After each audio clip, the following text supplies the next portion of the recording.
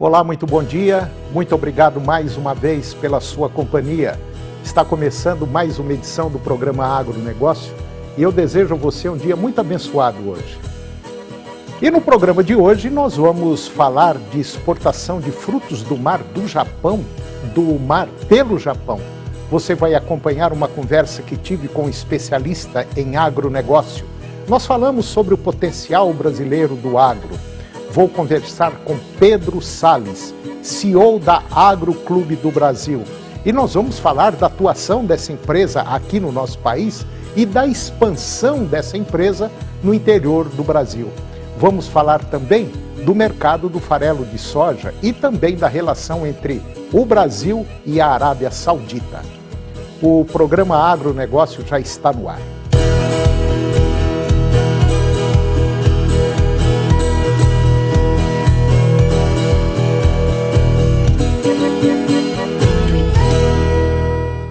Eu começo o programa de hoje falando da exportação de frutos do mar pelo Japão. Hong Kong reforçou as inspeções de importações de vegetais do Japão, expandindo o escopo de controles mais rígidos além de frutos do mar, depois que Tóquio confirmou planos de liberar água radioativa tratada de Fukushima. Pelo menos é o que informa a agência de notícias Jiji.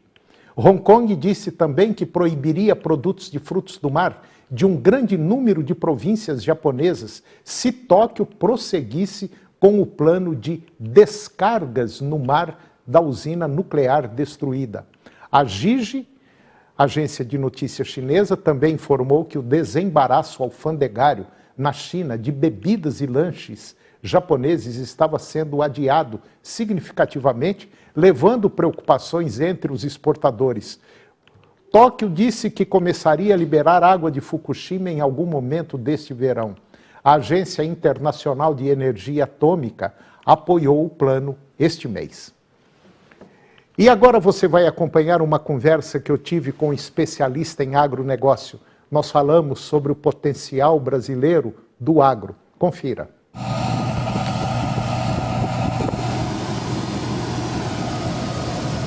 Eu vou conversar agora com Marcos Fava Neves. O Marcos, ele é agrônomo, ele é professor, mestre, doutor em administração, ele é o criador do Doutor Agro e o Marcos também, ele é palestrante e é um conhecedor profundo do setor do agronegócio. E ele está hoje em Goiânia, onde ele deu uma palestra no segundo encontro de agricultura irrigada da região Centro-Oeste, um evento muito grande. E o Marcos, na palestra dele, falou muito sobre o agro brasileiro, a necessidade que o mundo tem pelo Brasil, principalmente na produção de alimentos. E eu considero o agro um grande supermercado do mundo. É mais ou menos isso? É isso daí. Primeiro, queria ressaltar que nós estamos gravando num solo sagrado, que é na UFG. Pensar quantos talentos essa universidade não distribuiu pelo Brasil e pelo mundo, que hoje estão ajudando aí na nossa missão de gerar renda e criar oportunidades para as pessoas. E a ideia é essa mesmo, um prazer estar participando de um programa tão tradicional como esse, com certeza vou colocar no meu currículo. E o Brasil, eu tenho viajado bastante depois da pandemia, a gente voltou a fazer eventos externos e voltou a ver o que está acontecendo, e o mundo carece muito de comida e de energias renováveis. E o Brasil está sentado em comida, está sentado em energias renováveis, está produzindo para praticamente 1 bilhão de pessoas, e Goiás tem um papel muito relevante nisso, pelo potencial de crescimento e por tudo que fez aí nos últimos anos. Então, assim, eu estou há 32 anos agora como engenheiro agrônomo, há quase 30 atuando como empresário e educador, professor na Universidade de São Paulo, da FGV. Estamos montando agora uma universidade específica em agronegócios, a Harvard Agribusiness School. Eu nunca vi uma chance tão aberta para o Brasil como está agora de expansão. E o Brasil vem reagindo. Nos últimos 4 anos nós aumentamos a nossa área de grãos em 15 milhões de novos hectares. E aumentamos a produção em 70 milhões de hectares. Eu escrevi há alguns dias um artigo para o jornal China Daily de Pequim, ressaltando isso para o mundo. E se não fosse o Brasil, se não fosse o produtor rural brasileiro, aonde estaria a situação de crise alimentar do planeta? Então esse é um ponto que a sociedade mundial olha, que a sociedade mundial reconhece cada vez mais o trabalho do Brasil em ser essa âncora produtora para permitir com que as pessoas tenham acesso ao alimento. Eu costumo falar e falei há pouco na palestra, o número de estômagos segue crescendo em quantidade, em tamanho também, vai do campo para a cidade precisando de comidas diferentes, mais elaboradas, e nós temos uma quantidade imensa de pessoas hoje no mundo que não consomem o que elas gostariam de consumir porque elas não têm renda. Então, a partir do momento que essas pessoas tiverem renda, elas vão comer frango, vão comer suíno, vão comer carne bovina, vão comer peixe, né, vão comer mais sobremesa, vai puxar açúcar, enfim. Essas coisas todas aí são muito importantes. Se o Brasil está com essa grande oportunidade aí pela frente no agro, e Goiás, então, uma oportunidade escancarada, né? Ô Marcos, eu tenho dito que o agronegócio brasileiro é uma questão de uma política pública direcionada para o agro. O agro é o único setor no país que continua crescendo, gerando divisas e segurando as pontas do país. Agora, imagine você, a guerra com a Ucrânia, Rússia e Ucrânia, tem causado um problema muito sério na questão do fornecimento de grãos. Imagine você se o Brasil parar por 6 meses. O que vira o mundo? O mundo entra em colapso. Tem uma coisa muito interessante, né, que nesse ponto extremamente relevante que você trouxe, o ministro Roberto Rodrigues sempre fala isso. Né? Quem produz comida entrega a paz. Se você tiver um colapso no Brasil hoje, você tem ameaça até algumas democracias sensíveis no planeta, né, na África, em outros locais, por conta da elevação do preço e do aumento da fome, você coloca regimes democráticos em choque, né? Em xeque, literalmente. Então, o nosso papel realmente é muito grande nesse sentido. É um papel nobre, é um papel difícil de ser substituído, porque não é digital, é uma coisa real, é comida. Então, realmente, isso me encanta, a possibilidade de crescimento que nós temos, criando empregos para as pessoas, tal como você. Eu acompanho aqui cidades de Goiás, cidades do Mato Grosso do Sul, do Mato Grosso, de Pernambuco, do oeste da Bahia, há 20, 30 anos. A gente vê o que foi esse desenvolvimento, sabe, uma coisa louca, dava para falar aqui 30, 50, 100 nomes, mas eu não vou falar porque eu vou esquecer. Mas são cidades onde a soja, o milho, a cana trouxeram emprego para arquiteto, para personal trainer, para dono de pizzaria, para revenda de automóvel, para mecânico, né? Porque trouxe renda, e a partir dessa renda ela é gasta, ela se distribui, e eu crio oportunidades para as pessoas. Então, o momento é esse.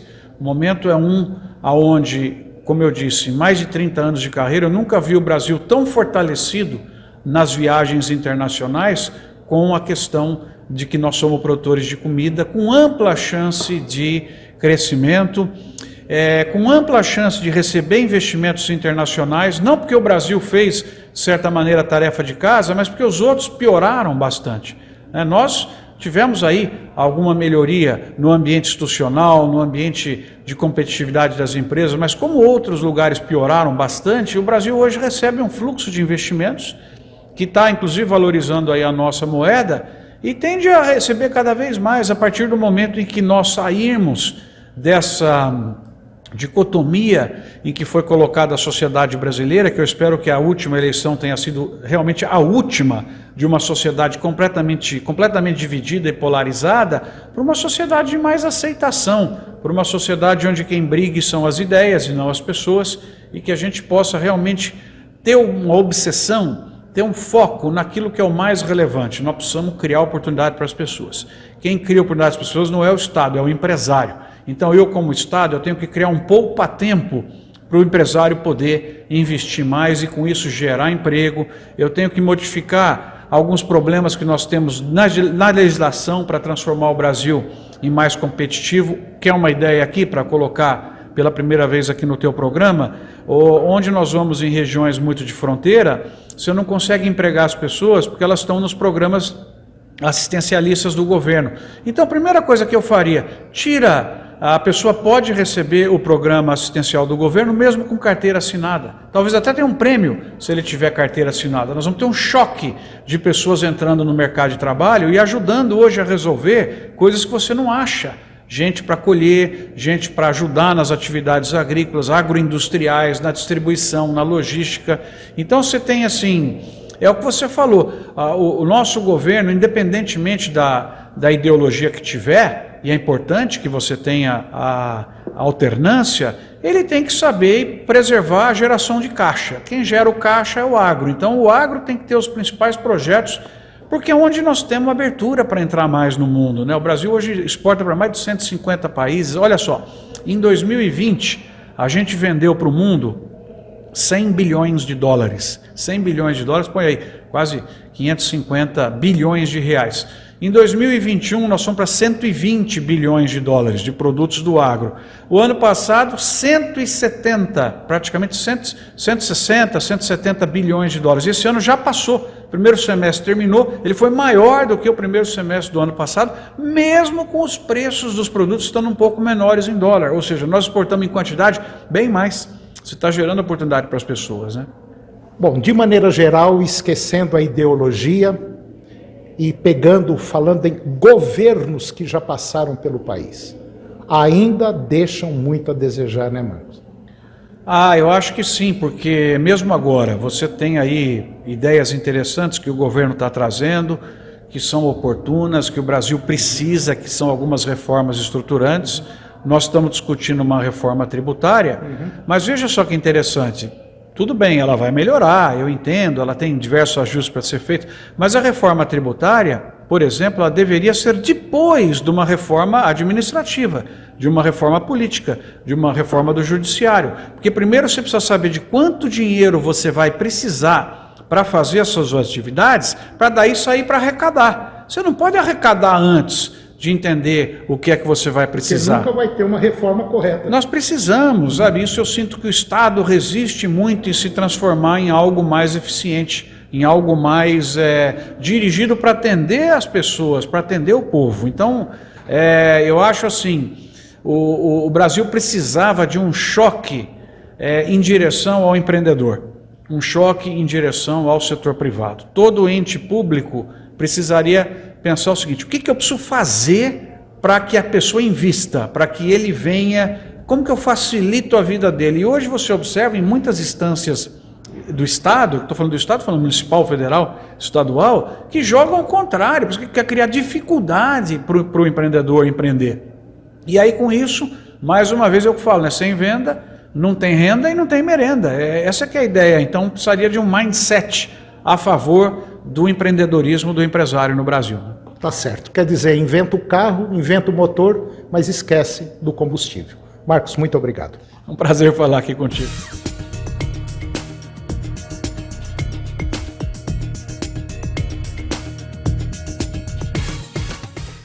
E depois do intervalo eu vou ter uma conversa com Pedro Salles, CEO da Agro Clube do Brasil.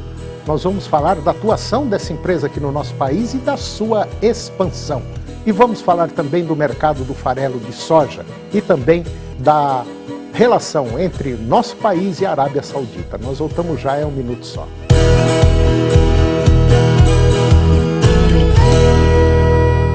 E nessa terça você vai ver no Jornal do Meio-Dia. Onde a fumaça afoga o perigo para animais, motoristas e para a qualidade do ar. A situação é ainda pior por causa do tempo seco. Essa queimada aconteceu próximo ao Centro Cultural Oscar Niemeyer, em Goiânia. Provocar incêndio em vegetação é crime ambiental, com pena de até 6 anos de prisão. Mande a sua sugestão no 985-197000, porque aqui você faz a notícia. Até lá.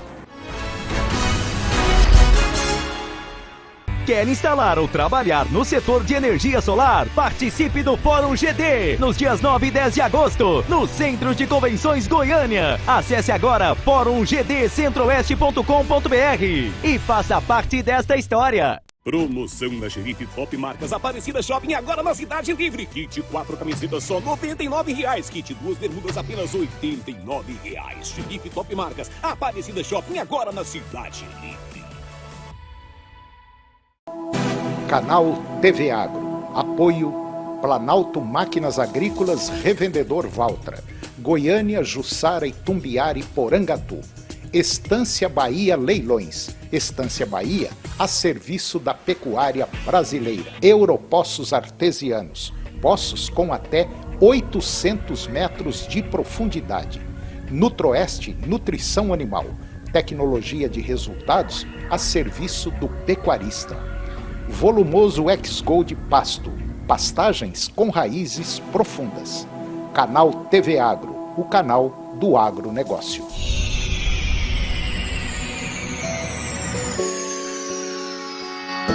Sintonize boa música, alegria e informação em diferentes regiões de Goiás. Rede Serra Dourada. 12 emissoras formando a maior rede de rádios do estado, comunicando para mais de 50 municípios. Rede Serra Dourada. É bom ouvir.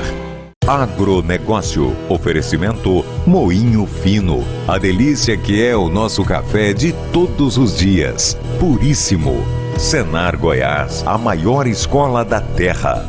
Seu New Holland precisa de uma peça? Clica na Carpal que chega. carpaltratores.com.br.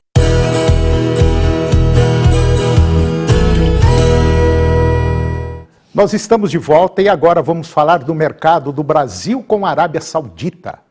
A relação consolidada entre o Brasil e a Arábia Saudita se dá pela balança comercial e o fluxo estabelecido entre eles.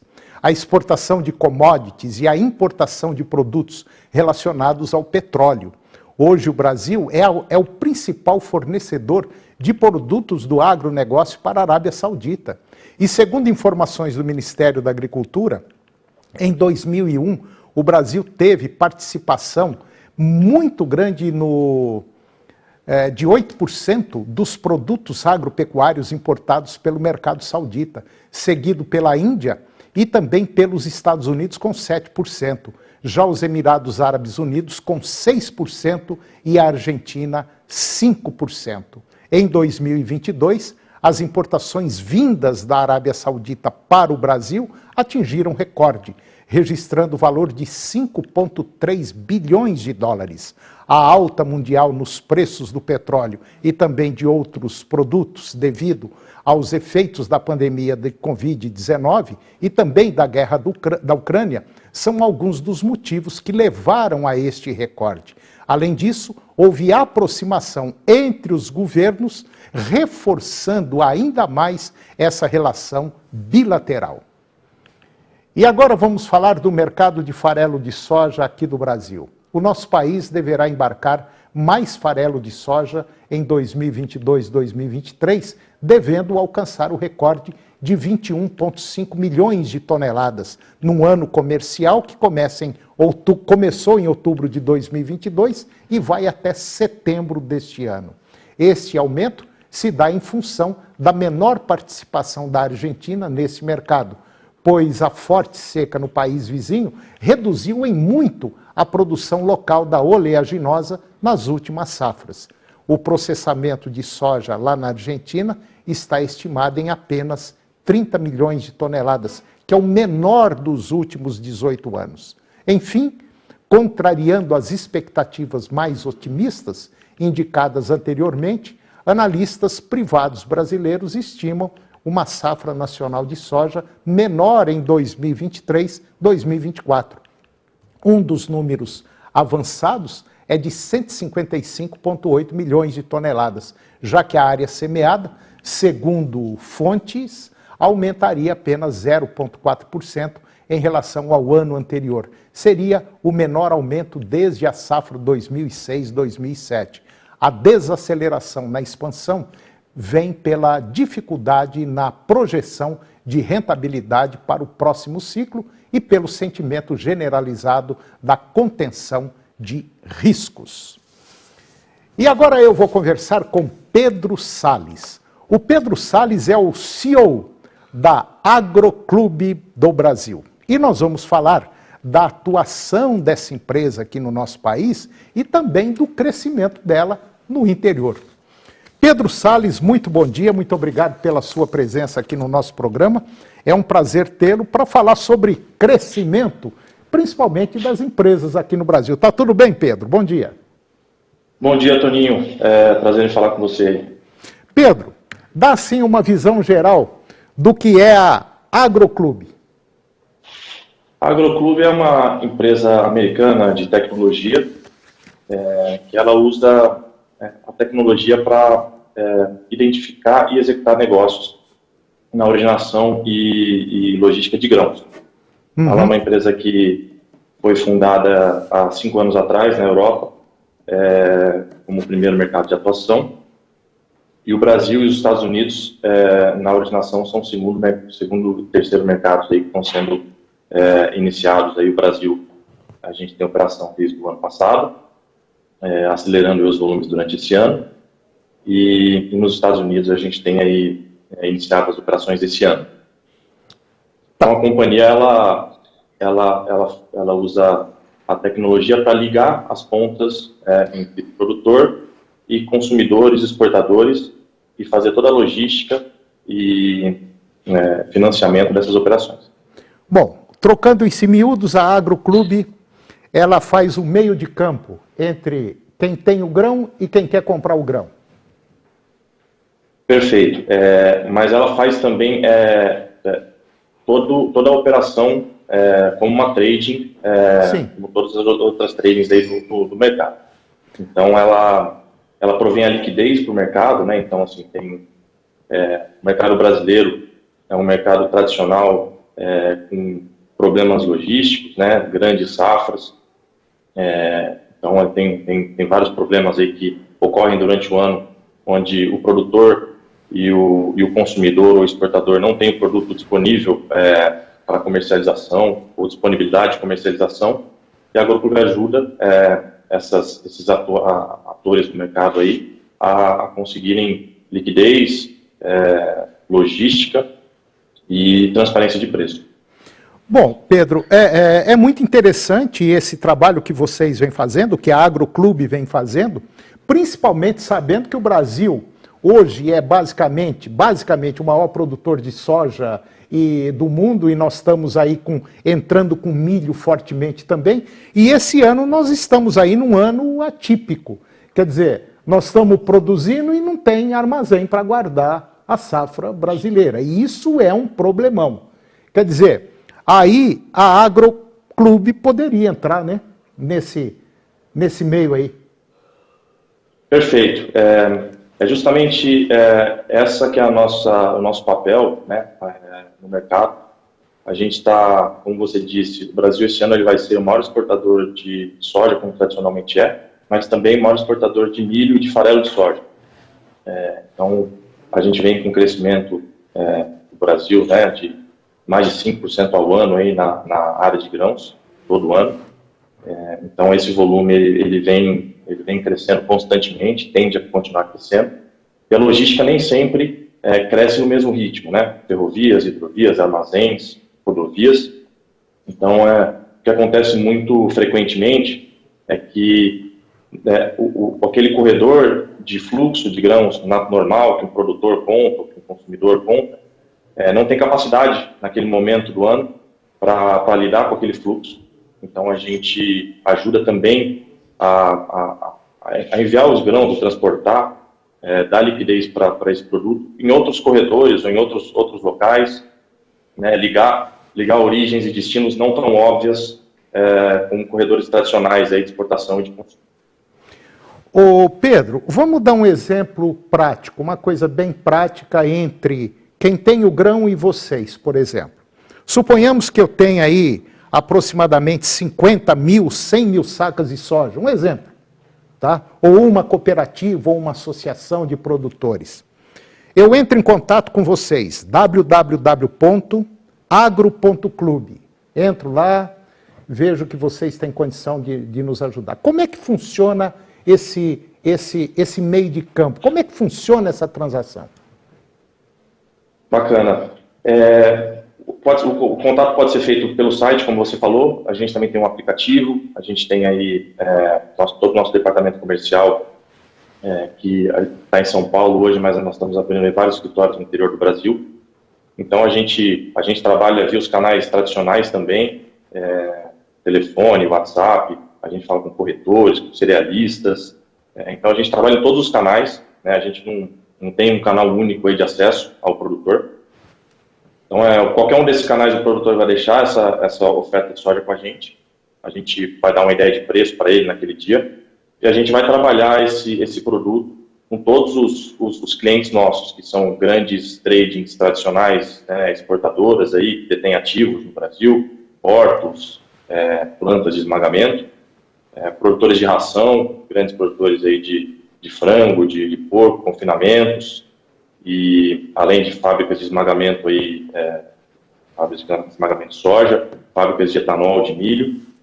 Então a gente está todo esse mercado, né, que são os nossos clientes, e vamos identificar a melhor combinação aí de destino para essa origem que o produtor tem aí, né, onde está localizado o grão dele.